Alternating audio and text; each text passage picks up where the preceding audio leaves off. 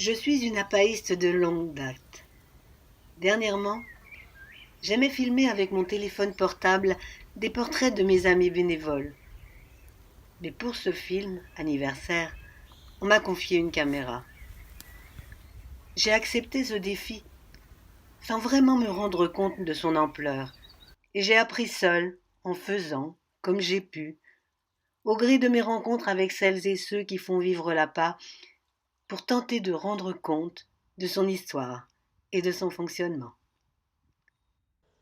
Dans son livre, Le mois des demoiselles, Philippe Lejeune évoque dans le jardin de Michel Vanet les premiers projets de l'association élaborés la veille. La nuit tombe, nous sommes 7 sous les arbres, près des rosiers et des fraisiers, assis autour d'une table couverte des restes du buffet de midi. La journée d'autobiographie a eu lieu. C'était réussi, je crois. Plaisir de faire se connaître entre eux, ceux qu'on connaît, c'est une chaîne d'amitié. On a essayé de s'organiser pour agir. Un groupe pour le bulletin, un groupe pratique d'écriture, savoir comment élaborer par montage un texte convaincant à partir d'une écriture journalière, et surtout un groupe lecture pour l'accueil des textes autobiographiques dont nous allons solliciter l'envoi. Me revoilà dans les appels, mais cette fois pour l'association. En fait, ça se mélange un peu dans ma tête, la recherche sur les jeunes filles et l'association.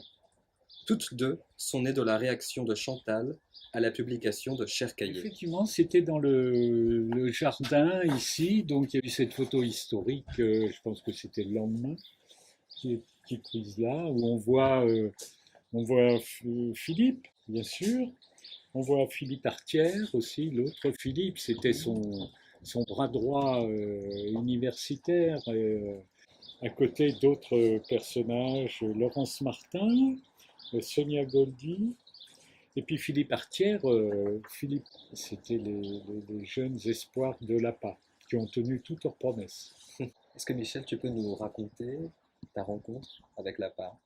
Alors en fait, tout a commencé avec Claire Pic, qui est accrochée dans la salle d'études. Et Claire Pic, c'est notre portrait du Fayoum à nous, ces dignitaires égyptiens et romains qui étaient enterrés dans le sable du désert et dont l'image est parvenue jusqu'à nous. Alors Claire Pic, oui, tout a commencé à cause d'elle parce que c'était l'aïeule de Chantal Chaveria du Moulin. Et j'étais ami avec Chantal Chaveria et elle avait hérité de Claire Pic, son aïeule, un très important journal. Alors Chantal, elle se préoccupait du devenir de cet important journal de son aïeul, et donc elle a entrepris de le transcrire.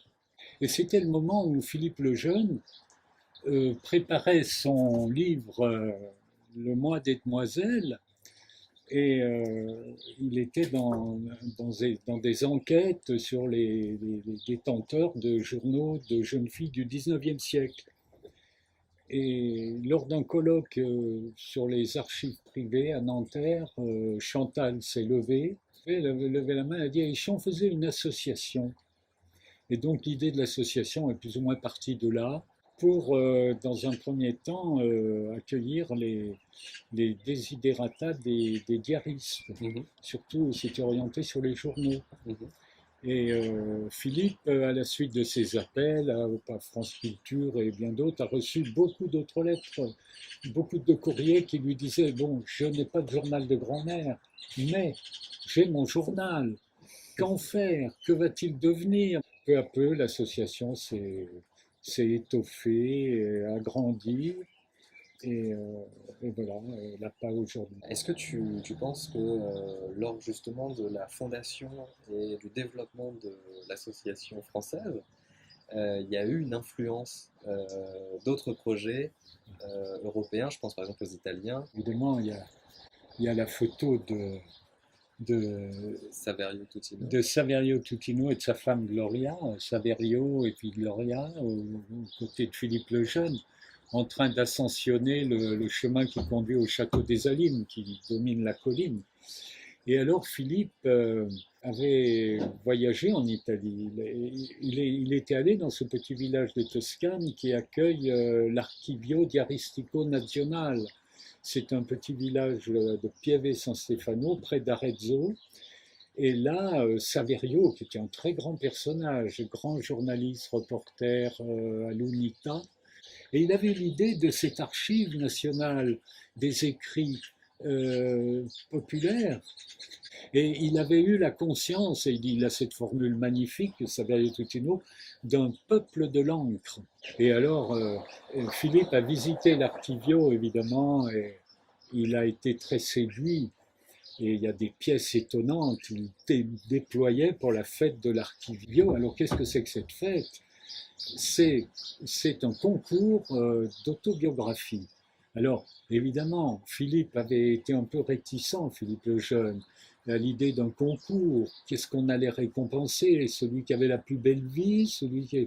Et puis, bon, le texte qui recueille le plus de suffrages de je ne sais quel jury est édité. Mais enfin, tout le monde est fêté sur la petite place du village.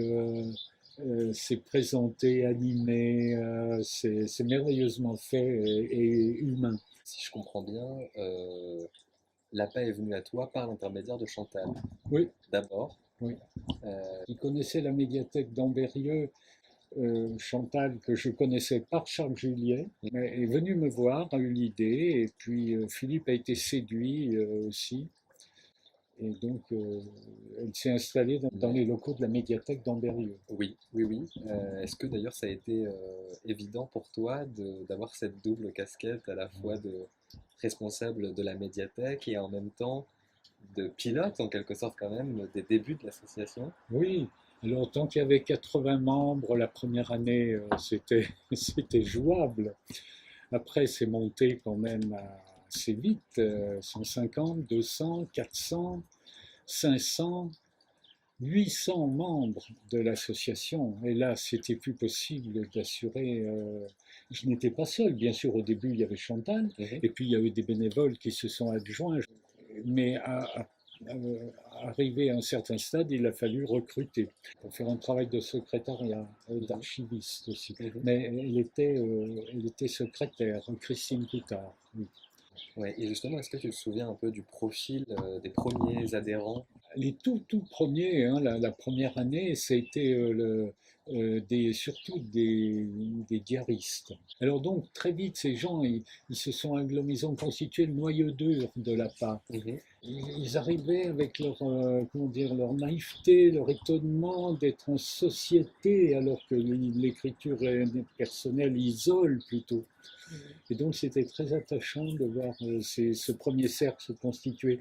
Assez vite, les cercles de lecture se sont constitués, puisque c'était un moment important.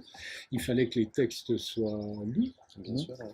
Et puis la grande famille des diaristes du début, elle s'est étoffée des auteurs de récits de vie. Comme tu le sais, il y a ces deux familles. Alors, j'ai rencontré l'APA par une amie d'enfance, Sonia Goldi, qui un jour, donc c'était en 92, m'a dit je vais à un week-end où on va créer une association pour l'autobiographie. Voilà, c'est Philippe Lejeune qui organise ça. Et moi, donc à l'époque, j'étais une jeune prof de français. Et je connaissais Philippe Lejeune parce que j'avais lu le Pacte autobiographique quand j'étais en Cagne. Et l'autobiographie m'intéressait. Et donc j'ai dit, mais c'est super, je viens avec toi. Et voilà comment je me suis retrouvée à Ambérieu-en-Bugey ce 25 juin 1992 pour la création de l'association pour l'autobiographie et le patrimoine autobiographique. J'y ai rencontré des gens qui partageaient le même intérêt que moi pour les écrivains qui pratiquent l'autobiographie, qui avaient eux-mêmes une pratique d'écriture autobiographique. Et donc du coup, je me suis engagée dans le groupe d'écriture que Dominique Perru a monté à ce moment-là. Il y avait Philippe Lejeune, Elisabeth Sepet, Jacqueline Brisson. On se retrouvait souvent chez Jacqueline Brisson. Et voilà, on lisait ensemble des textes autobiographiques. Ensuite, j'ai rejoint en fait la Faute à Rousseau, qui était donc la revue de l'APA. Le responsable de la publication, c'était Philippe Artière, hein, qui est devenu un ami. Et voilà, c'était les débuts héroïques de la phare. Voilà, je me souviens, on bricolait la phare avec la photocopieuse. Enfin bon, c'était très artisanal.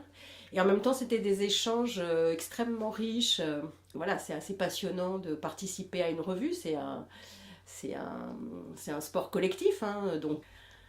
Ben, Philippe Lejeune, c'était vraiment, enfin, et ça reste, hein, la grande figure, hein, de l'autobiographie, le grand théoricien de l'autobiographie, le cofondateur de cette association. Donc, c'est vrai que je crois que pour nous tous, c'est une figure très importante, hein, une autorité.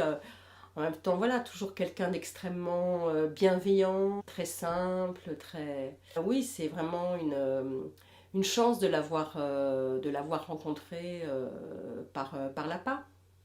Et lorsque Philippe eut l'idée de travailler aux côtés de Chantal Chaveria à la création d'une association de diaristes, eh bien, il lui conseilla de me joindre et j'étais donc parmi les 18 qui se trouvèrent le 18 novembre 1992 à souhaiter la création de l'association. Très vite, Philippe nous a engagés dans l'action. Les réunions se succédaient et un jour, Philippe n'a même pas craint de dire que nous étions en train d'apprendre le métier de journaliste. Alors, bien confiant dans nos nouvelles responsabilités, on avait vraiment un grand désir de travailler et on se voyait souvent et c'était assez merveilleux parce qu'on avait l'impression de marcher tous ensemble avec l'objectif de faire connaître l'APA et les possibilités riches qu'offrait le journal intime. Et c'est ainsi que nous devînmes les créateurs de la Faute à Rousseau, qu'une bonne partie de notre activité fut consacrée désormais à réunir les articles qui constitueraient les numéros de la Faute à Rousseau. Alors, voici le premier, fait avec les moyens du bord, de simple papier renéoté et agrafé. Et puis, déjà, le numéro 7 est plus élaboré. On voit bien l'intérêt porté sur les jeunes années. Voilà. Et puis, au fil du temps, ces albums devenaient de plus en plus soignés. Chacun apprenait son métier en même temps. Le rire de soi, rire des autres, oui, on abordait un peu tous les sujets. On était de plus en plus artistes, plutôt, nous dirons. Nous étions un groupe de lecture et beaucoup d'entre nous souffraient un peu. Ils étaient là, ils avaient été en attente d'un lieu où écrire et où se faire entendre, et c'était pas tout à fait ce que l'on vivait. On vivait en fait en se précipitant sur ce qui arrivait en Berrieux, de nouveaux textes. Nous allions toujours vers des textes qui ressemblaient à à ce que nous étions, à ce que nous cherchions. Bon, et puis ça nous a quand même forcé un petit peu à regarder des gens un peu différents de nous. Et ça a donné l'idée d'écrire des cahiers sur un thème choisi par le groupe et dont les textes seraient réunis à la fin d'une année et mis à la disposition des adhérents de l'APA. En général, nous travaillons autour d'un thème. Alors voici un des tout premiers numéros des cahiers. Frères-sœurs qui nous emmenaient au dehors des limites familiales. On était très, très différents les uns des autres. Les uns voulaient écrire et seraient même très...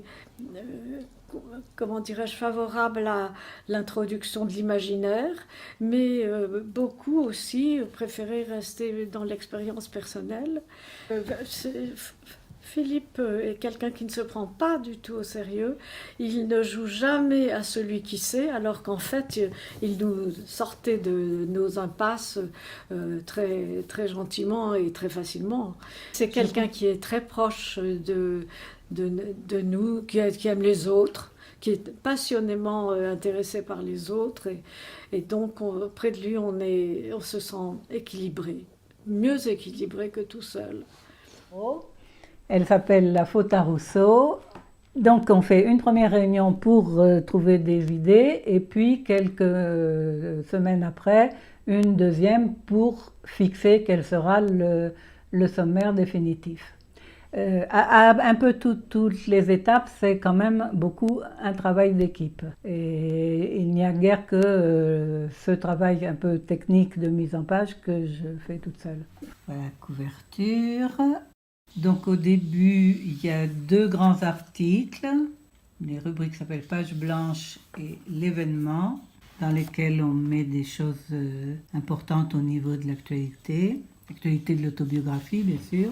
Ensuite commence le dossier et puis vers le milieu, nous avons une rubrique qui a été ajoutée récemment, qui s'appelle Fond à pas. Dans chaque numéro, on met en valeur un texte ou un ensemble de textes déposés à l'APA en mettant des extraits assez longs puisque cette rubrique fait environ une quinzaine de pages. La personne qui a écrit ce texte s'appelle Christiane Buré-Cohen. Là, il y a son arbre généalogique, la famille des Buré et des Cohen de l'autre part qui étaient des Français d'Algérie. Et en fait, à la fin, la dernière partie de la revue, ce sont des chroniques, c'est-à-dire des sortes de notes de lecture sur des livres récemment parus et qui ont évidemment un rapport avec l'autobiographie. Et enfin, tout à la fin, il y a quelques petites infos sur la vie de l'association, les différentes manifestations organisées et ce qui se passe à la part de manière générale. Et un rappel de nos publications. 3 numéros par an, et comme la revue paraît depuis le début que l'APA existe, c'est-à-dire 1992, on en est actuellement à 86 numéros. L'année prochaine, ce seront les 30 ans de l'APA et on en aura fait donc 90. Alors, ce qui me plaît dans ce travail que je fais pour la Faute à Rousseau, entre autres, c'est qu'il y a tout un aspect concret.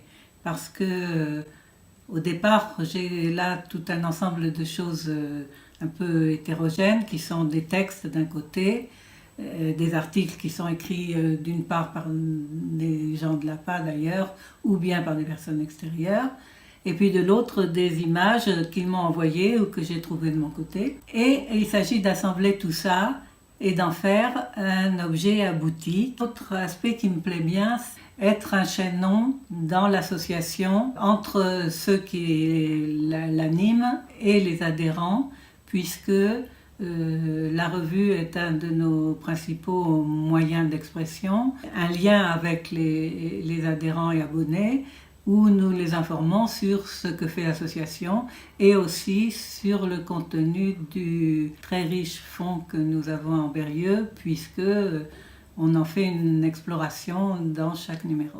Oui, qui sont les premières personnes à s'être intéressées à l'APA et au texte de l'APA? Voilà, et au texte, mais les premiers chercheurs, ils se sont intéressés aux gens de l'APA, à ces individus qui se réunissaient pour partager et durer ensemble. Mais les premiers qui sont venus étudier l'APA, mais c'était des chercheurs, des anthropologues. Et il y avait Anna Iuso qui a fait sa thèse sur les mouvements autobiographiques en Europe. Et au fond, elle était plus intéressée, non pas tellement par les textes, mais elle était intéressée par les personnes qui se constituaient en association pour durer ensemble, pour vivre ensemble leur passion privée. Parce que l'écriture est une passion privée, l'écriture personnelle, bien sûr. Et donc les chercheurs qui s'intéressaient pour le coup au texte déposé à l'APA, ils sont venus plus tard.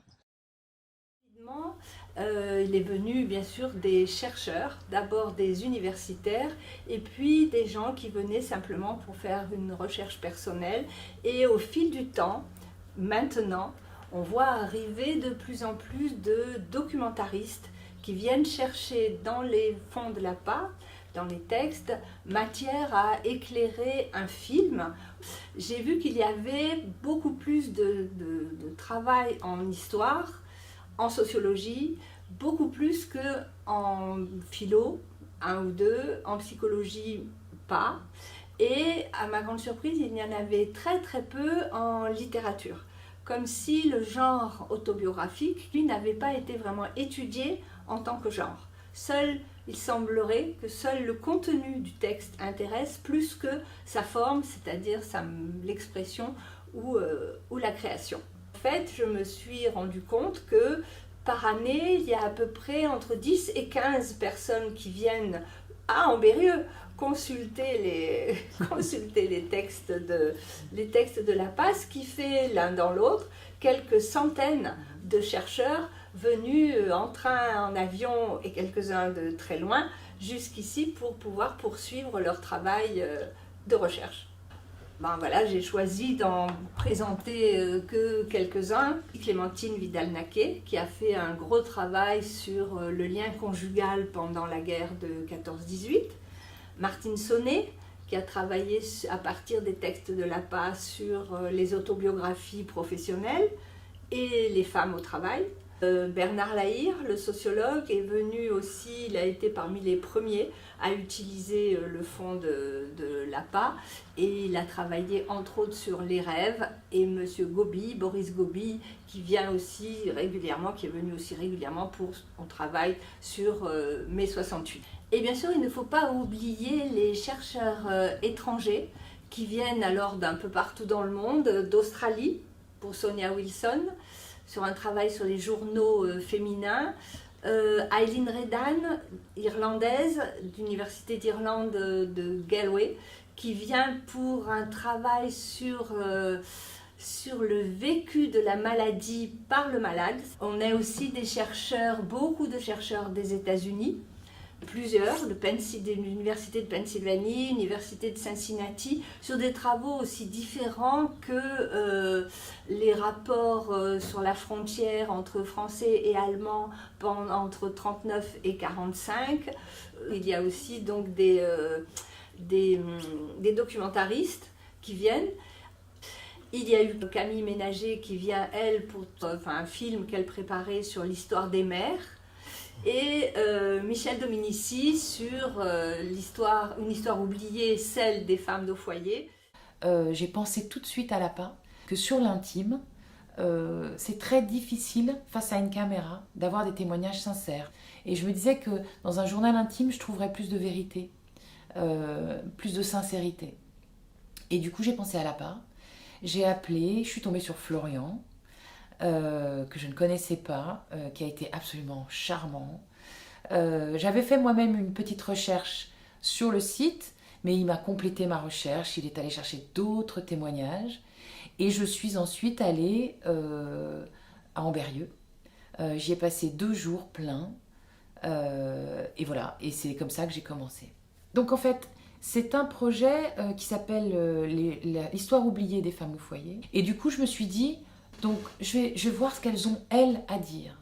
Et je me souvenais donc de l'APA comme d'un lieu d'un trésor, en fait, d'une caverne d'Ali Baba, dans lequel étaient rassemblés des milliers de témoignages d'anonymes.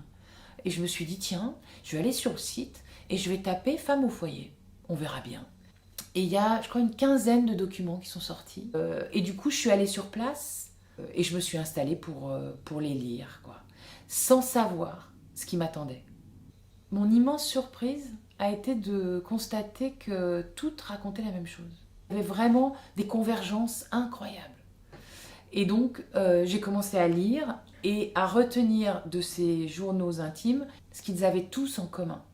Dans chacun des journaux intimes ou des autobiographies, enfin des documents, j'ai isolé des phrases.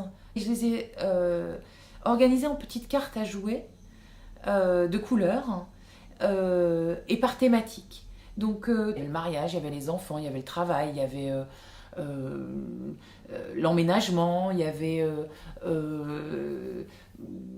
tous les thèmes les courses, les achats, enfin tout ça. Et je les classais avec des codes couleurs, des petites cartes.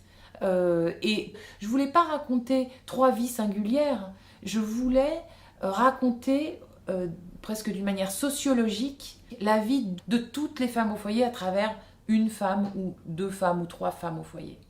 Et donc ce qui m'intéressait, c'est ce qu'elles avaient en commun plutôt que ce qui les distinguait les unes des autres. Enfin, c'est ça que permet l'APA, d'ébaucher une image collective d'un phénomène. J'encourage tout le monde à aller sur le site de l'APA et à faire ces recherches-là et à se perdre, surtout à se perdre dans tout ce qui est à disposition. Jusqu'en 2017, nos locaux étaient à la Grenette, en centre-ville, dans la médiathèque d'Ambérieu.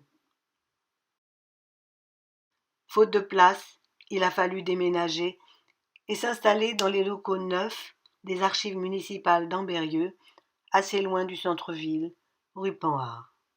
Florian nous fait visiter. Voilà, dans ces rayonnages sont conservés les 4000 documents qui ont été collectés par l'association durant ces 30 dernières années. Les documents sont classés par ordre d'arrivée, tout simplement, avec là aussi des volumes qui peuvent varier d'un dépôt à l'autre. Parfois, le dépôt se constitue simplement de quelques feuillets, et parfois, ce sont des volumes beaucoup plus importants. Il y a notamment des journaux personnels qui peuvent représenter plusieurs dizaines de volumes.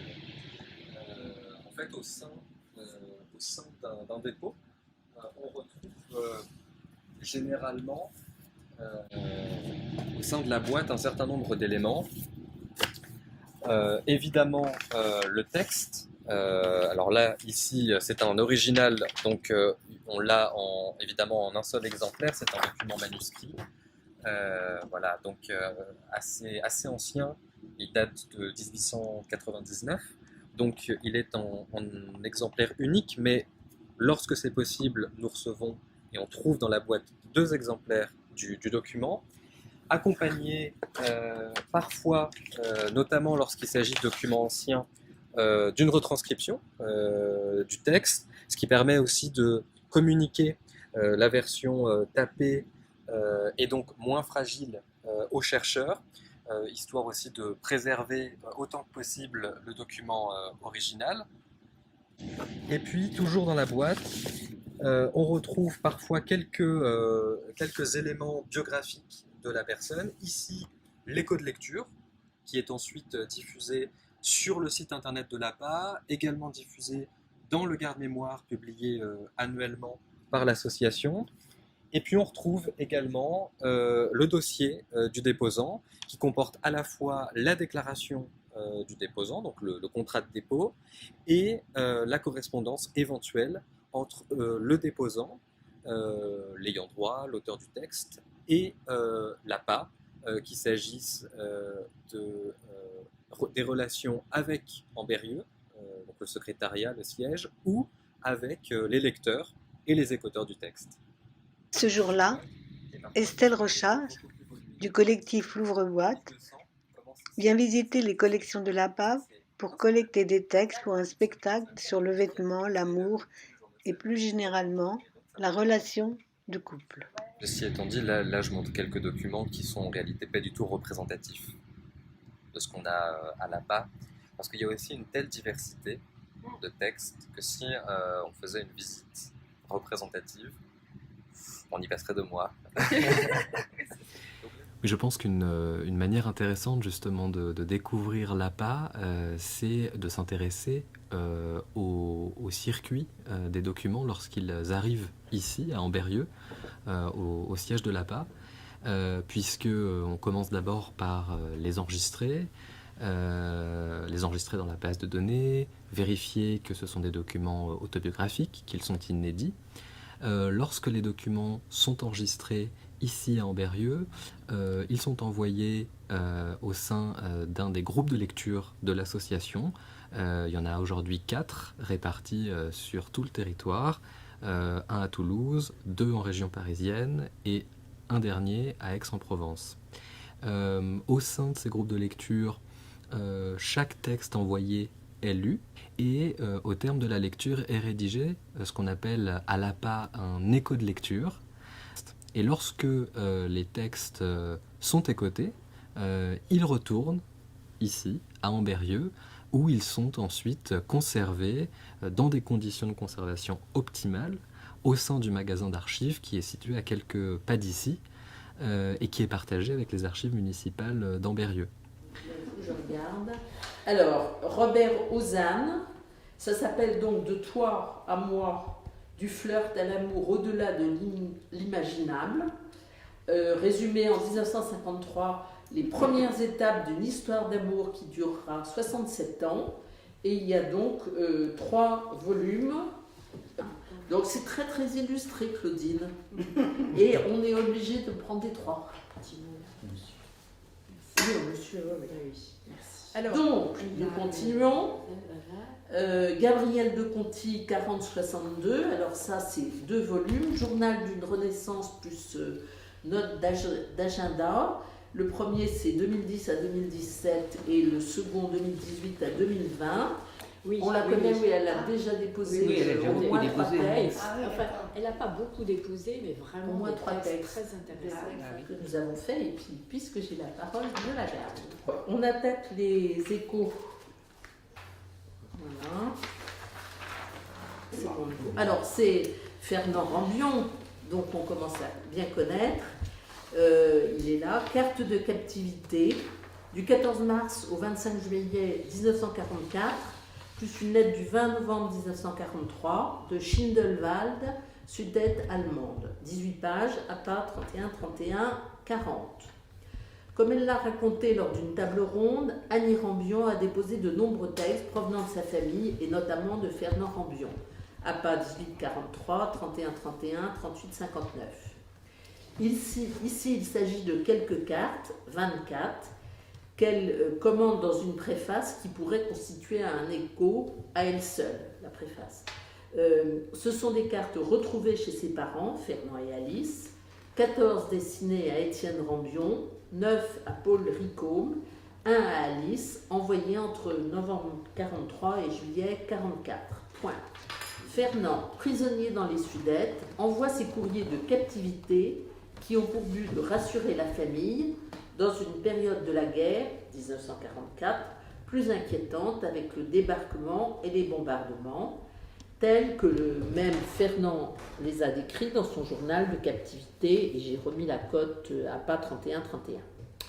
Ces cartes se limitent à l'essentiel, progressivement la communication se complique, puis cesse.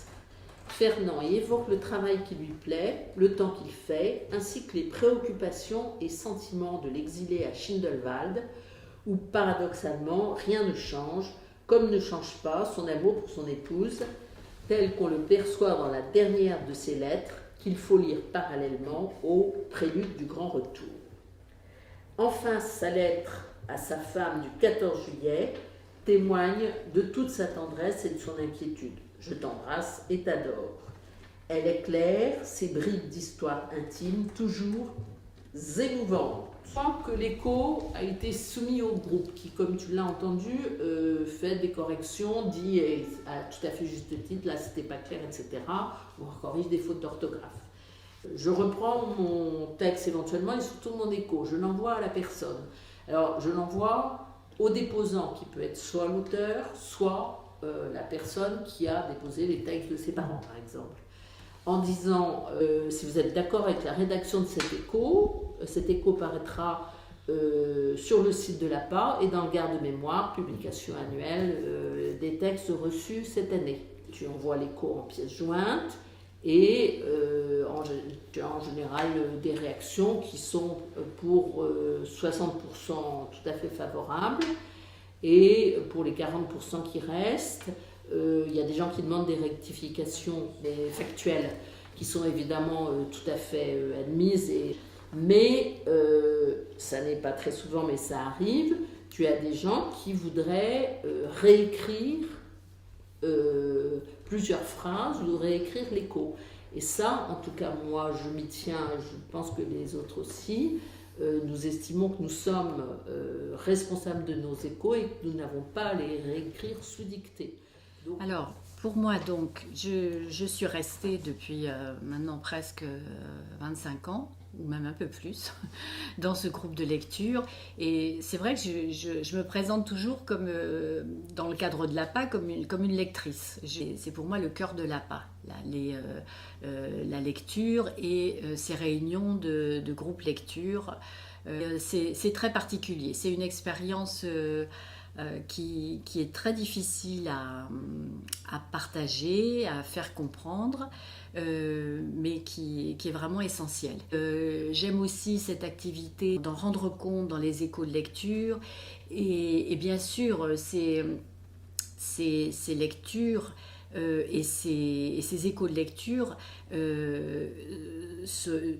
permettent des échanges aussi à l'intérieur du groupe auxquels je reste très, très attachée, dont je ne me lasse pas. Qu'est-ce que c'est que la lecture en sympathie ? En fait, ce sont plutôt les échos qui sont en sympathie, plutôt que la lecture. Parce que quand on lit un texte de l'APA comme on lit n'importe quel texte, hein, on ne met pas notre jugement entre parenthèses, et voilà. Mais c'est quand on restitue, quand on rédige l'écho, c'est là qu'on suspend le jugement qui n'aurait aucun sens dans la démarche qui est la nôtre. Puisque la démarche qui est la nôtre, c'est Et l'écho de lecture, c'est vraiment restituer de la façon la plus fidèle possible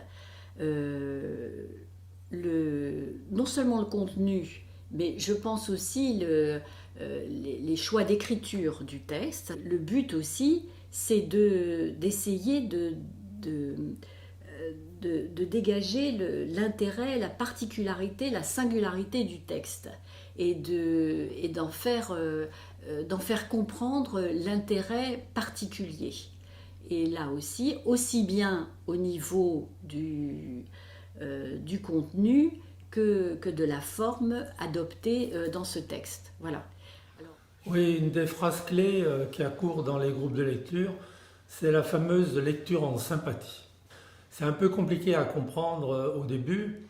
On comprend que, surtout, il ne faut pas juger. Alors, juger à deux plans, juger au plan littéraire. Il ne faut pas dire « oh, c'est un mauvais écrivain » ou « c'est nul » au niveau de l'expression. Ça, c'est encore assez facile de passer là-dessus. C'est un peu plus difficile pour ce qui est du jugement moral, quand on a des textes où l'auteur fait des choses qui nous paraissent difficiles à accepter. Je pense par exemple à des militaires du contingent qui se sont retrouvés à torturer des Maghrébins en Algérie. Bon, il y a des fois où la lecture en sympathie a ses limites, et si on n'arrive pas à comprendre de l'intérieur et à écrire quelque chose sur cette vie-là, c'est mieux de passer la main à quelqu'un d'autre. Donc généralement, les déposants sont très contents de l'écho qu'on leur envoie, et on peut le publier. Ils nous donnent l'autorisation parce qu'on nous demande si on peut le mettre dans le garde-mémoire, et si on peut mettre l'écho en ligne.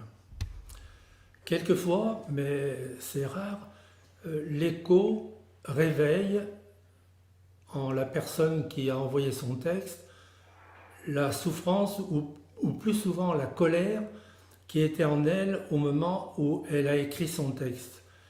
Et cette colère renvoyée dans le miroir de l'écho est insupportable pour la personne, comme si ce n'est pas elle qui l'avait écrit, ou comme si ça allait la mettre encore plus en colère. Donc dans ces cas-là, elle nous le fait savoir que ça ne lui plaît pas, et il y a toujours la possibilité pour les déposants de refuser un écho, ou de demander, c'est une possibilité aussi qu'on offre, si un autre lecteur ne peut pas prendre le texte en charge. Oui, c'est important de de voir que l'écho, ce n'est pas une correspondance privée entre un déposant et un confident. C'est surtout une relation entre un déposant qui s'adresse à une institution. Et cette institution, elle est représentée par le groupe de lecture, par plusieurs lecteurs qui prennent connaissance de ce texte. Et au moment où l'écho est validé par la personne qui trouve qu'on a bien compris son texte, c'est pas cette personne seulement qui donne son avis, plus que son avis, qui prend en considération cet écrit et cette vie, mais c'est tout un groupe et c'est toute une institution. Et je pense que cette valeur de groupe institutionnel donne toute sa valeur, toute sa légitimité à ce travail.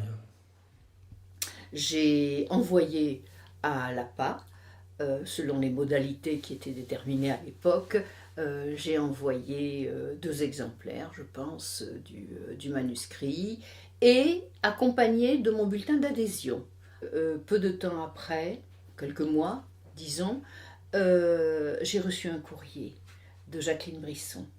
Et dans ce courrier, il y avait l'écho, c'est-à-dire la réception par l'APA, à travers la lecture de Jacqueline, la réception de mon manuscrit. Et c'était d'une telle sensibilité, et c'était tellement en écho, en effet, à ce que j'avais ressenti.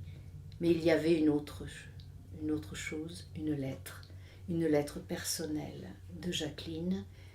Et cette lettre personnelle m'a tellement bouleversée que j'ai pleuré sur cette lettre, parce que Jacqueline disait à quel point elle avait été touchée par mon écrit, qui pour elle faisait écho à sa propre vie. Au moment, en effet, où moi j'avais entre 5 ans et 7 ans, et où j'étais petite fille à Dakar, elle était professeure au lycée Van Vollenhoven à Dakar. Et elle me disait dans sa lettre à quel point les mots de mon abécédaire et les petites histoires que je racontais lui rappelaient sa vie à Dakar et faisaient véritablement écho à ce qu'elle avait ressenti. Et ce qui n'est pas neutre, c'est que à travers les souvenirs qui étaient réveillés chez Jacqueline, c'était comme une validation de mes propres écrits. Et donc, l'écho de l'APA, mais ça m'a confortée dans l'écrit que j'avais réalisé, qui là, pour le coup, était réellement autobiographique. Moi, je crois que l'APA fait partie de ma vie. C'est cette continuité, cet enrichissement permanent, ce bonheur d'être à l'APA, et avec un phare. C'est quand j'hésite, quand j'ai des doutes, quand je veux demander conseil, j'écris à Philippe. Et Philippe répond avec des mots d'encouragement et souvent en faisant une proposition complémentaire. Une fois que l'écho a été validé par l'auteur et par le groupe avant, il m'est envoyé à moi et d'ailleurs maintenant aussi à Florian qui en met un exemplaire dans la boîte d'archives. L'écho n'est pas le seul travail du groupe. Il y a un travail qui est le travail de documenter une fiche d'indexation pour la fabrication du garde-mémoire. Alors c'est vrai que le garde-mémoire n'a pas toujours existé. Au départ, il y avait la revue, La Faute à Rousseau, et dans cette revue, il y avait une sélection d'échos, mais rapidement, il y a eu tellement d'échos que c'était impossible de les mettre tous dans la revue. Il a été inventé de faire une revue pour mémoire gardée de tous ces échos. À partir du numéro 10, j'ai demandé à ce que ce garde-mémoire soit lié à La Faute à Rousseau comme un supplément et publié avec le dernier numéro de la Faute à Rousseau toutes les années, pour que chaque adhérent puisse avoir l'ensemble des échos qui ont été rédigés dans l'année précédente. Les adhérents qui souhaitent, comme Claudine, lire les textes de notre fonds peuvent participer à un groupe de relecture sur un thème qui les intéresse. J'aime aussi participer au groupe de relecture.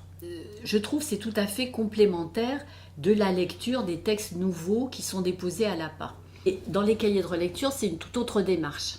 Et ça a été la première quand même initiative de l'APA pour répondre à une demande qui nous est faite, et bien heureusement très souvent, comment lire, parce que tout le monde ne peut pas aller à Ambérieu, s'installer à Ambérieu pour lire les textes. Donc ça a été ça, ce qui a donné cette idée de cahier de relecture, c'est-à-dire de publier, avec l'autorisation des auteurs et des déposants bien entendu, mais de publier des extraits pour les donner à lire plus largement. Donc c'est tout à fait différent. Et ce qui est très intéressant, bien entendu, c'est de lire donc toute une série de textes sur le même thème. Et ça, moi je sais que ça m'a ouvert des horizons vraiment incroyables. C'était pas évident d'ailleurs au départ de choisir des textes, de choisir des extraits. Parce que bon, il y a quand même toujours cette volonté à l'APA d'accueillir, non seulement d'accueillir tous les textes, mais de les traiter, de les lire tous et de les traiter tous de la même façon. Et moi, je me suis occupée des journaux. On en avait à ce moment-là, je crois, une trentaine à peu près, une trentaine de journaux écrits pendant la guerre, 14-18, on est là jusqu'à 19, et ça m'a fait vraiment prendre conscience de la valeur des journaux et de la collection de journaux à l'APA. Ce cahier aussi, pour moi, il est particulier parce que il a donné lieu à un échange de textes avec nos amis belges, nos amis allemands et nos amis italiens. C'est-à-dire que nous avons publié des extraits de textes de leurs archives respectives. J'ai participé au cahier de relecture sur Maghreb et autobiographie, absolument passionnant et vraiment, et en plus sur un sujet qui me concernait aussi personnellement, sur les problèmes de double culture. J'ai participé aussi à Écrire la maladie.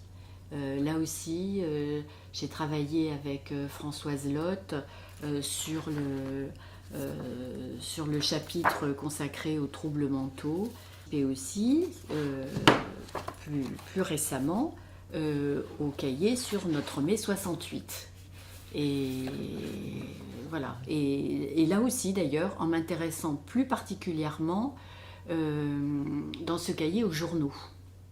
Donner à lire plus largement les textes de notre fonds, c'est le projet des éditions du Mot Conduit. Moi, je suis une éditrice, d'abord, on pourrait dire. J'ai une maison d'édition qui s'appelle les Éditions du Mot Conduit, qui ont maintenant 10 ans. Et puis, parallèlement, je suis une apaïste passionnée, comme sans doute beaucoup d'autres.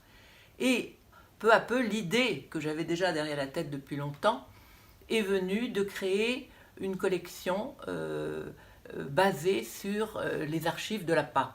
Et comment trouver une formule éditoriale qui puisse mettre en valeur de façon différente, parce que bien sûr il y a beaucoup de mise en valeur des archives avec les cahiers de relecture, etc. Mais comment leur donner une audience un peu plus large?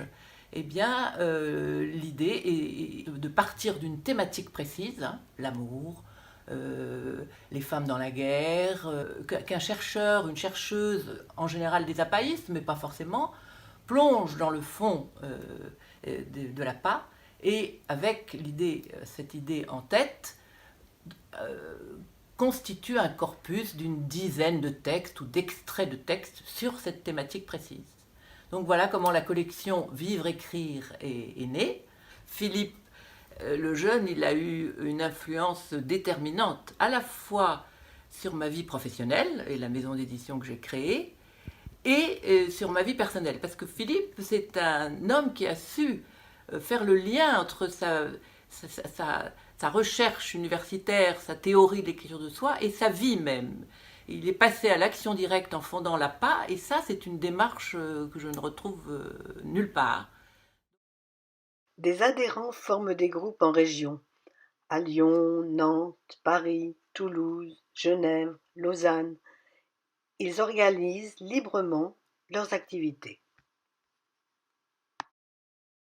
J'ai participé au groupe Paris 4, animé par Simone Ferradou pendant plus de 10 ans. On y lisait des textes écrits chez nous et échangions sur les livres autobiographiques que nous avions aimés. Je trouve que dans ce texte, sur cette lettre, tu as un ton beaucoup plus libre, beaucoup plus décontracté, évidemment, qu'avec c'est joyeux. Oui. Et puis, je suis absolument sidérée par une vie bourgeoise, avec des parents bourgeois, au camp des éclaireurs. C'est très... Enfin, moi, j'étais heureuse de te retrouver. Bon. Alors, il est vieux. Pour dire à quel point ce livre comptait pour lui, et il a été difficile à sortir. Ouais. Parce que c'était les deux mères, l'une la biologiste et l'adoptive. Oui. Et lui, entre les deux, c'est un livre qui est écrit intégralement au tu. C'est une telle dose de souffrance et de douleur que la seule façon de pouvoir écrire et sortir de soi, c'est de l'écrire au tu pour introduire de la distance. Aujourd'hui, je suis devenu l'animateur de ce groupe.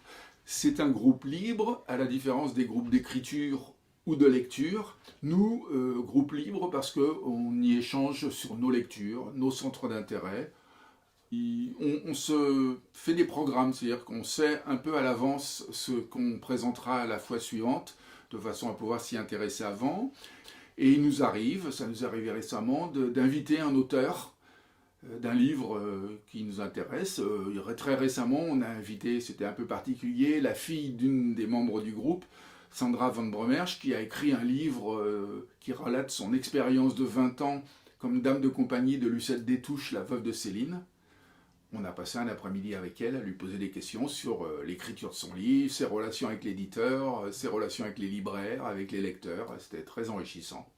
Dans le cadre des activités de l'APA, en mars 2020, comme nous tous, je me suis retrouvé enfermé lors du premier confinement. Et c'est alors que Elisabeth, le gros chapuis, a créé ce premier blog qui s'appelait Vivre confiné, qui était un blog temporaire, qui devait durer le temps du confinement, qui permettait aux gens d'échanger sur ce qu'ils vivaient, comment ils le vivaient.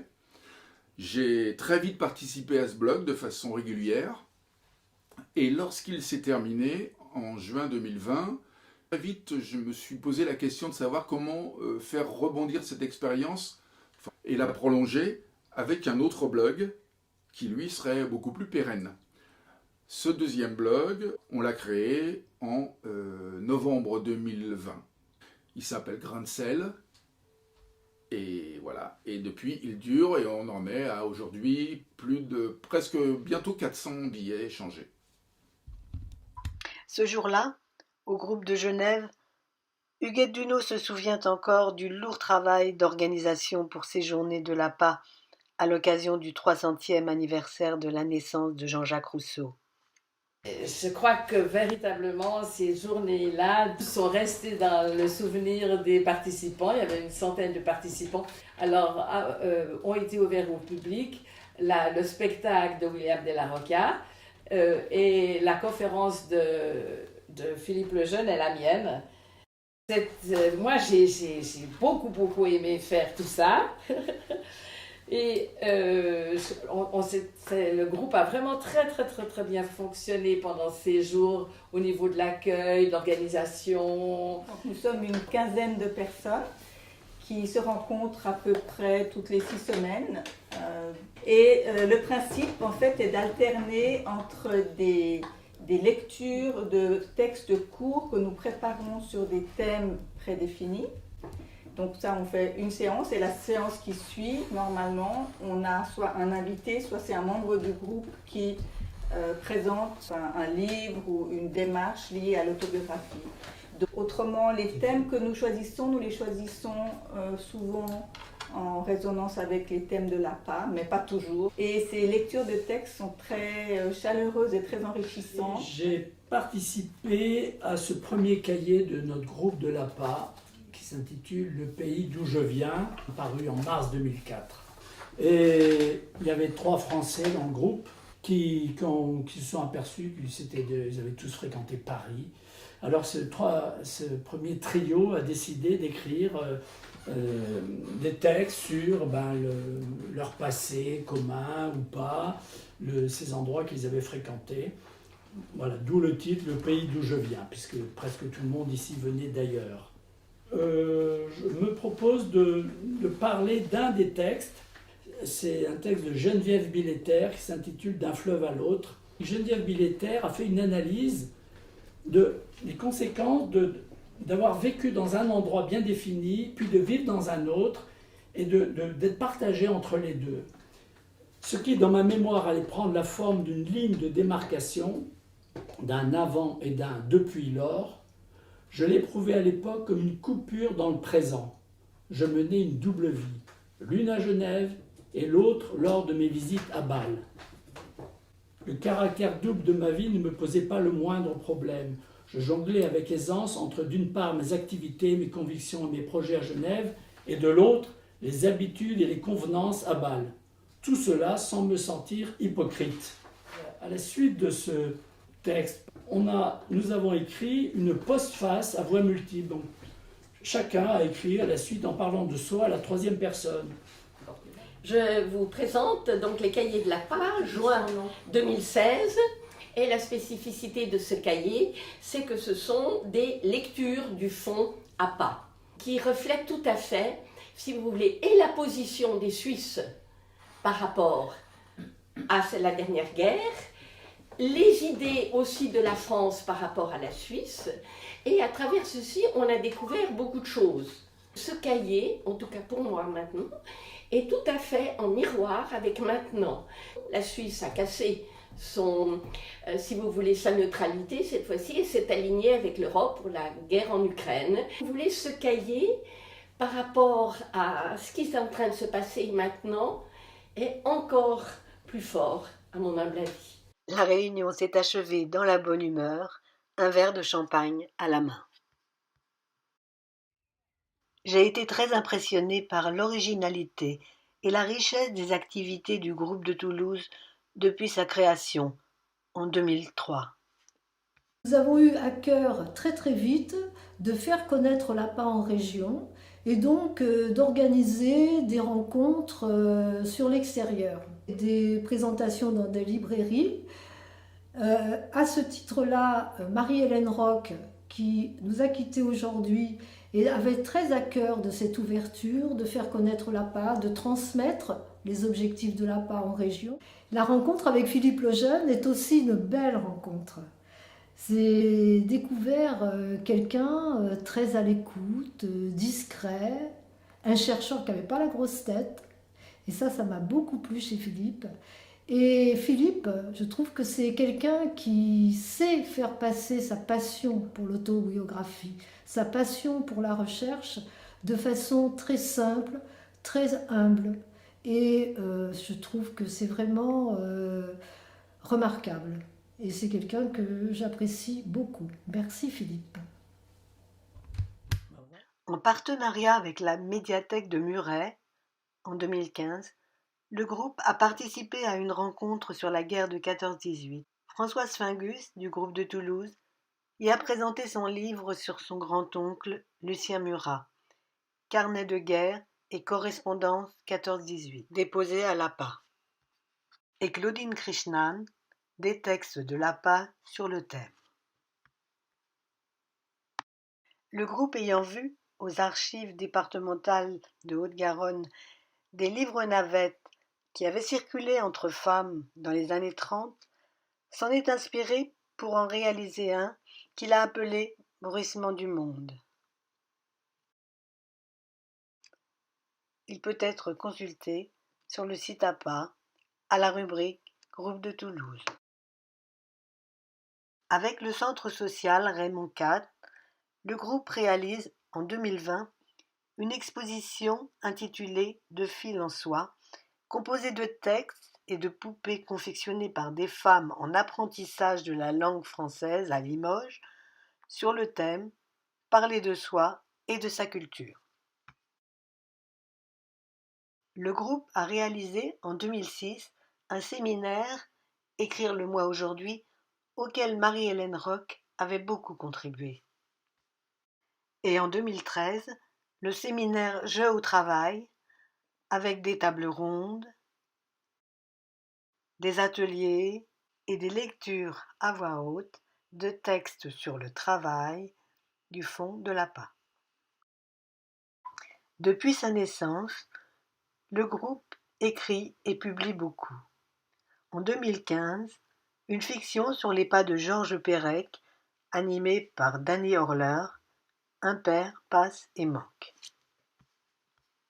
En 2016, un cahier, Jeux à l'œuvre, sur le thème de la création, fruit d'échanges sur qu'est-ce qu'une œuvre et la mise en acte d'une création libre avec la tenue d'un journal. En 2021, la publication d'un carnet, la page autoportrait, ceux des membres du groupe, et des articles sur des portraits de peintres, d'écrivains, sur les travaux réalisés avec des élèves de collège et des femmes en apprentissage, et d'un carnet images et autobiographie avec des articles sur des films, des livres, des expériences personnelles sur ce thème.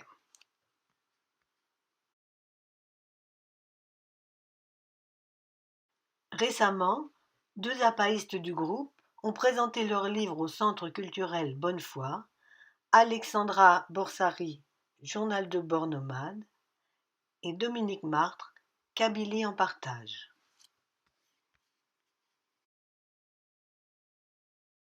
Je n'oublie pas les productions du groupe d'écriture animé par Claude Campin, l'atelier collage d'Isabelle Esch à Toulouse et aux Journées de l'APA, et les spectacles de lecture à voix haute de textes de l'APA donnés depuis 2015 et que j'apprécie tout particulièrement. Nous sommes arrivés la nuit, comme à l'habitude, lorsque nous changions de maison. C'était une nuit glaciale. Mère avait apparemment tout préparé, et ce, à notre insu. Nous avions mangé.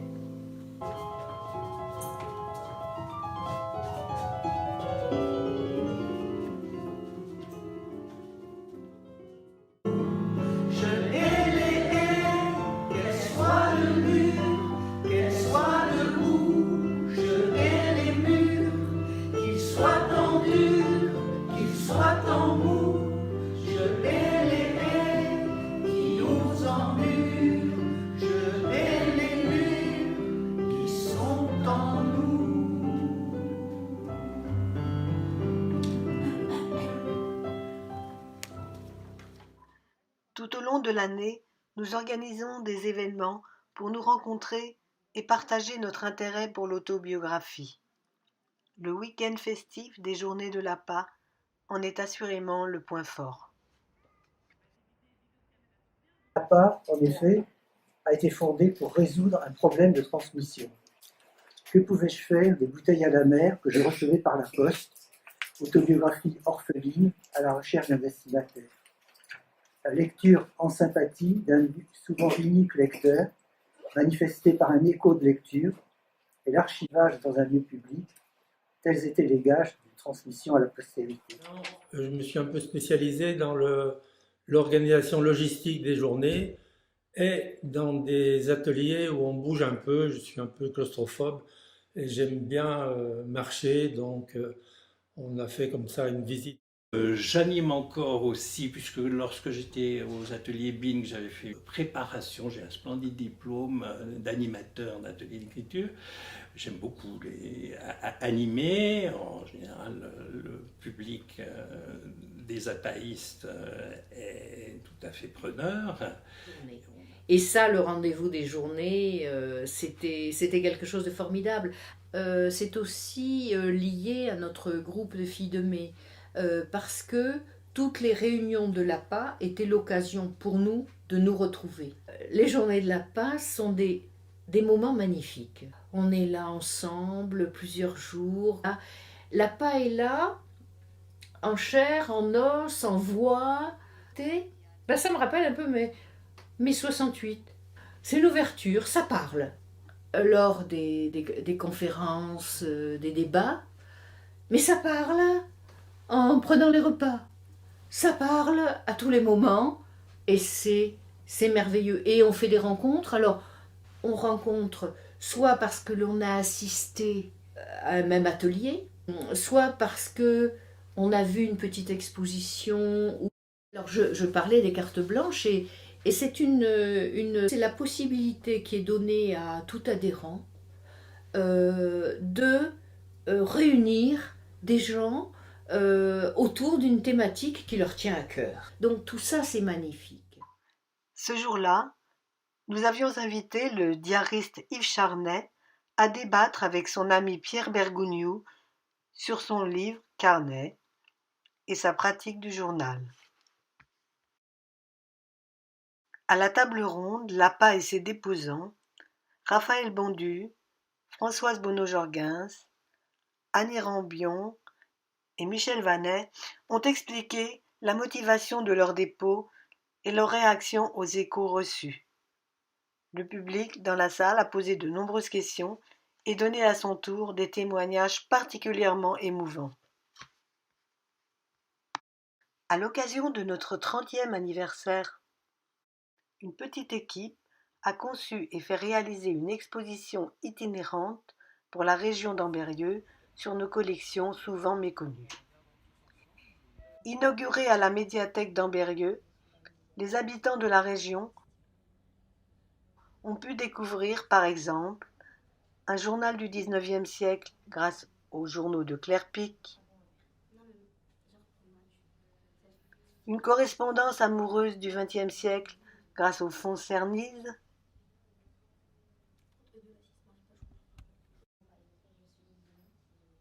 un journal d'enfants et de jeunes filles grâce au cahier de mémoire d'Ariane Grimm.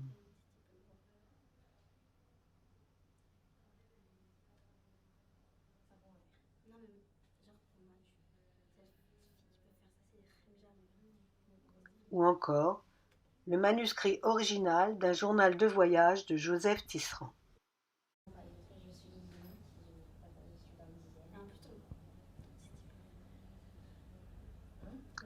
L'exposition met en lumière toute une variété d'écritures et de supports autobiographiques.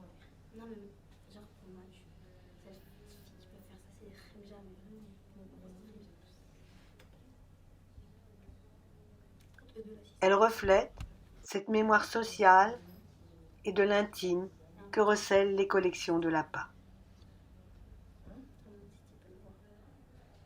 Une autre équipe s'est chargée de concevoir et faire publier un livre illustré qui présente l'histoire de l'association en rassemblant des témoignages des membres fondateurs, de personnalités ayant collaboré avec l'APA et de textes du fond. Donc l'APA est constituée comme une association loi 1901 avec un certain nombre d'adhérents, à peu près 500 à l'heure qu'il est, et obligatoirement bien sûr un conseil d'administration de 21 personnes et au sein de ce conseil d'administration un bureau de 7 personnes. Donc moi, en tant que trésorière, je présente au moment des assemblées générales le budget prévisionnel de l'année et je présente surtout le compte de résultats, c'est-à-dire les bilans de l'année passée. Les finances de l'association sont fragiles, du moins ont été fragilisées ces dernières années par des baisses de subventions extrêmement notables, mais nous avons la chance d'avoir des adhérents fidèles qui renouvellent leurs cotisations. année après année, d'avoir de généreux donateurs, entre autres bien sûr la Fondation de la Poste qui a établi avec nous un mécénat sur plusieurs années maintenant. La Fondation La Poste est née il y a un peu plus d'un quart de siècle avec pour mission de favoriser le développement humain par l'écriture, partout, pour tous, tous les jours. La rencontre avec l'APA, eh bien, elle aboutit forcément à un soutien de notre part puisque cette association est très engagée sur l'écrit, le témoignage de l'écrit, sa transmission, son partage. C'est pour cela que nous sommes très heureux de nous associer à son activité ainsi qu'à son anniversaire en 2022. Et notre principal supporteur, on va dire, qui est Madame Grimm. J'ai tout donné à l'APA. Oui. Si vous voulez, mais moi j'ai pris la photocopie de tout ce que j'ai donné à l'APA. Ce sont des copies de journal, puisque je l'ai fait publier. Ah oui. Écoutez, ça représente 15 cartons énormes. Je suis devenue amie avec Philippe, qui m'a proposé d'adhérer à l'association. J'ai quand même réalisé l'importance que l'APA pouvait avoir pour ma fille. J'avais qu'une idée, c'est surtout qu'elle vive n'importe comment, mais qu'elle vive. Je ne pouvais qu'être généreuse avec elle, avec l'APA. Comme j'ai eu la chance d'avoir de l'argent, je me suis dit, faisons vivre Annick, rétribuons l'APA pour sa générosité vis-à-vis d'Annick. Voilà, dans l'établissement du budget, il ne faut jamais oublier la participation de la ville d'Ambérieu, puisque la ville d'Ambérieu nous héberge, c'est-à-dire nous offre quand même 2 vastes bureaux et des magasins, puisque nos 4000 textes sont hébergés sur les rayonnages des archives municipales de la ville, ce qui représente quand même une somme qui est comptabilisée dans le budget, et le travail des bénévoles de l'association qui œuvrent pour le fonctionnement de l'association, par exemple tout ce qui concerne les publications, la maquette de la phare, de la faute à Rousseau ou du garde-mémoire, l'organisation des journées qui se font à Ambérieu ou ailleurs. Ça c'est fait par ce travail-là est réalisé par les bénévoles de l'association et leur travail est quand même comptabilisé et inscrit dans le budget. Je pense que l'APA mériterait déjà d'être en fait beaucoup mieux connue que ce qu'elle n'est. Le deuxième point, je crois, qui va être important, ça serait de faire en sorte que le fonds soit progressivement numérisé, notamment les documents les plus anciens. Ensuite, il y a une autre grande idée pour l'avenir, une idée que Philippe le Jeune a souvent mise en avant, c'est qu'il faudrait que nous ayons en France une maison de l'autobiographie, c'est-à-dire un lieu qui soit vraiment un lieu accueillant, pas seulement des archives comme le sont nos archives en Ambérieu, mais un lieu dans lequel il y ait également des salles de réunion, pourquoi pas d'avoir un petit musée dans lequel on présenterait une partie des documents de l'APA, même pourquoi pas avoir des zones permettant des résidences, des résidences d'écrivains. Voilà, il y a toutes sortes de choses qui pourraient se faire. Il n'y a certainement aucune raison pour que en France on n'arrive pas à monter à terme une structure de ce type-là qui contribuerait aussi considérablement à faire connaître l'association. Voilà, il faut chercher les opportunités, on y travaille, nouer des partenariats, notamment on essaye de développer des choses dans la région Rhône-Alpes, puisque c'est la région d'Ambérieu d'une part, et puis c'est aussi, ça pourrait être un petit peu central par rapport à ce que une de nos interlocutrices dans nos différentes démarches présentait comme une sorte de triangle de l'autobiographie entre Pieve San Stefano et Emmendingen, Pieve San Stefano en Italie, Emmendingen en Allemagne et quelque chose en région Rhône-Alpes, soit Ambérieu, soit pourquoi pas à Lyon. Et je crois qu'il y a vraiment besoin de toutes les bonnes volontés pour que ça se fasse et que c'est très important. L'APA est à l'image de Philippe le Jeune. Son engagement passionné, sa culture, son humanité changent nos vies de façon singulière. Dans un climat amical, il incite chacune et chacun à donner le meilleur de soi-même. Les gens à l'APA sont concernés naturellement par la vie des autres. Et lire les textes, en faire les échos, etc., je trouve que c'est extraordinaire. Et toujours en sympathie, comme on dit. Et ça, c'était très fort. Et quand j'ai rencontré Philippe le Jeune, qui m'impressionnait beaucoup, mais qui m'a tellement dit de belles choses tout à fait simples et naturelles, que c'est devenu vraiment comme un frère. C'est tellement fantastique que Philippe ait créé l'association et qui permette à tout le monde de vivre au-delà de la mort. Voilà. Non, mais Philippe, bien sûr, il a changé ma vie. L'influence de Philippe est considérable sur ma vie professionnelle. C'est une des fiertés de ma vie professionnelle, la rencontre avec Philippe et l'APA.